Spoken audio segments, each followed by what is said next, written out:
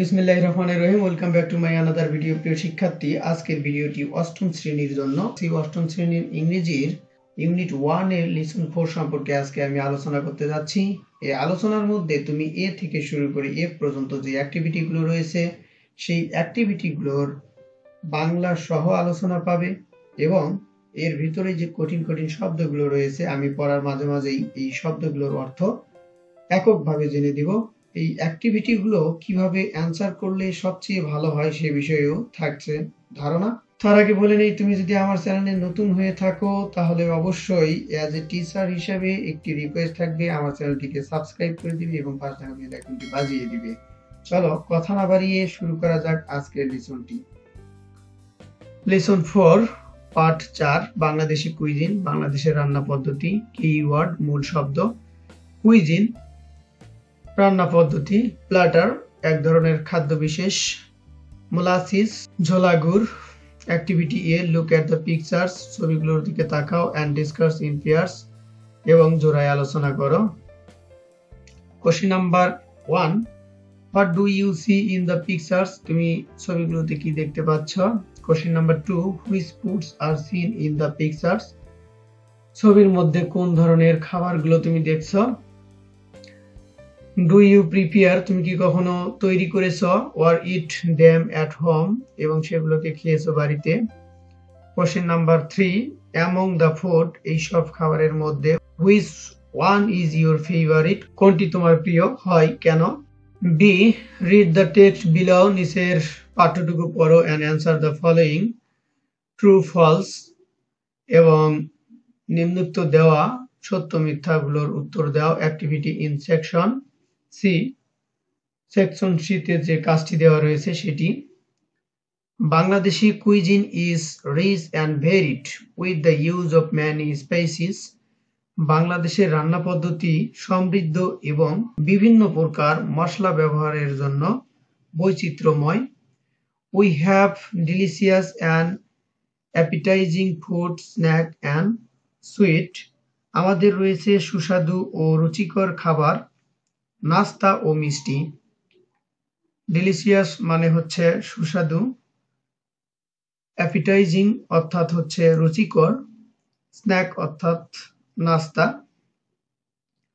Boiled rice is our staple food, ভাত আমাদের প্রধান খাদ্য।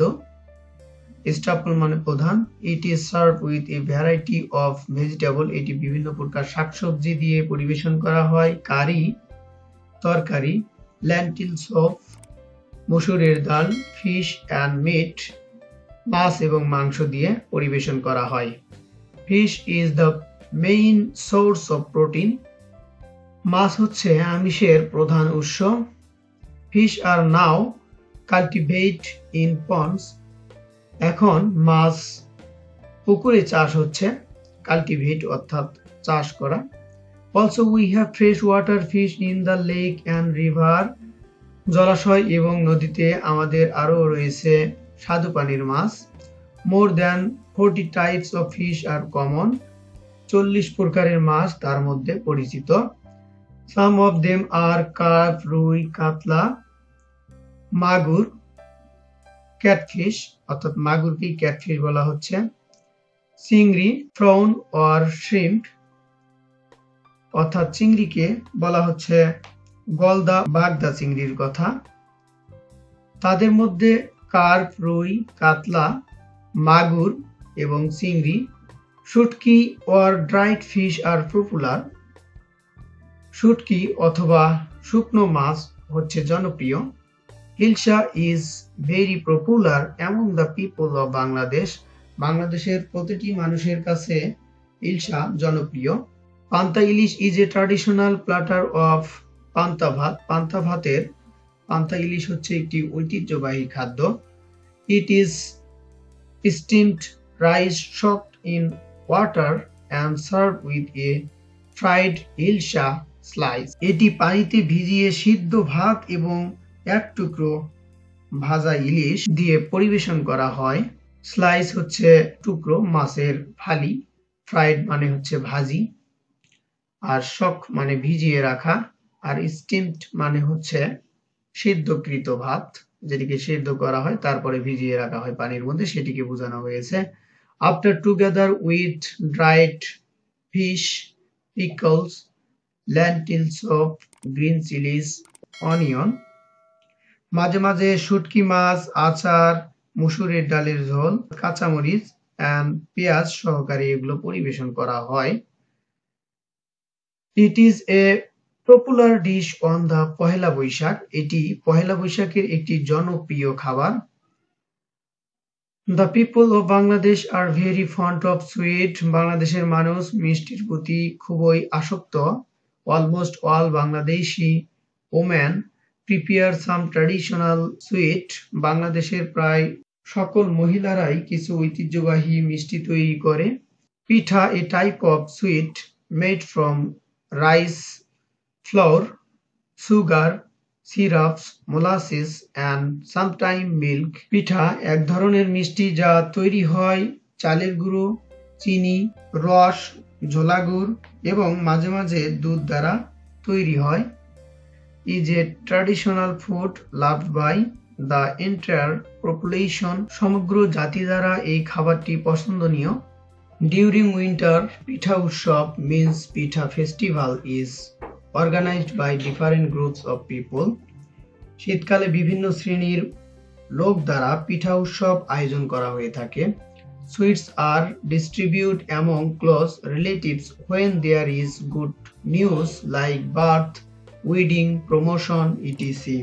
কোনো ভালো সংবাদ যেমন জন্ম, বিবাহ অনুষ্ঠান, পদোন্নতি ইত্যাদির ক্ষেত্রে নিকট আত্মীয়দের মধ্যে মিষ্টি বিতরণ করা হয়।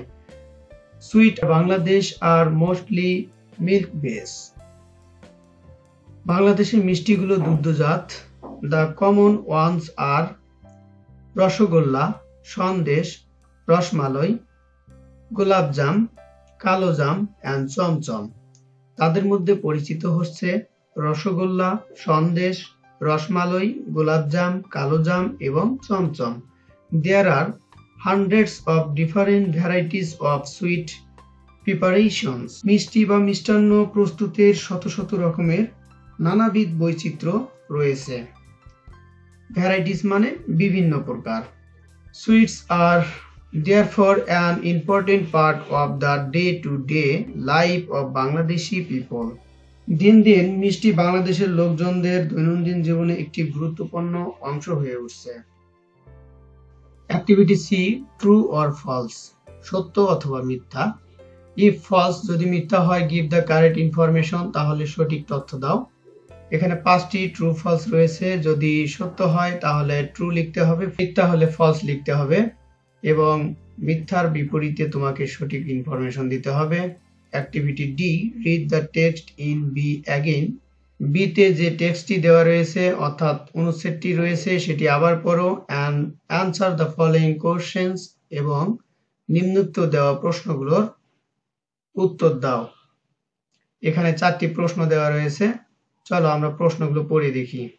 Question number 1, what has made Bangladeshi food so special? Bangladeshi খাবারকে কি অর্থাৎ কোন জিনিসটি অসাধারণ করেছে? Question number 2, where do we get the fish from? আমরা কোথা থেকে মাছ পাই? Apart from fish, what other foods do we eat with rice? মাছ ব্যতীত অন্যান্য কি কি খাবার আমরা ভাতের সাথে খাই? Number 4, why are sweet an important part of our life? মিষ্টি কেন আমাদের জীবনে একটি গুরুত্বপূর্ণ অংশ? Activity E, discuss and answer the questions in pairs. জোড়ায় এই প্রশ্নগুলো আলোচনা করতে হবে এবং উত্তর দিতে হবে। Activity F, how fast can you say this sentence?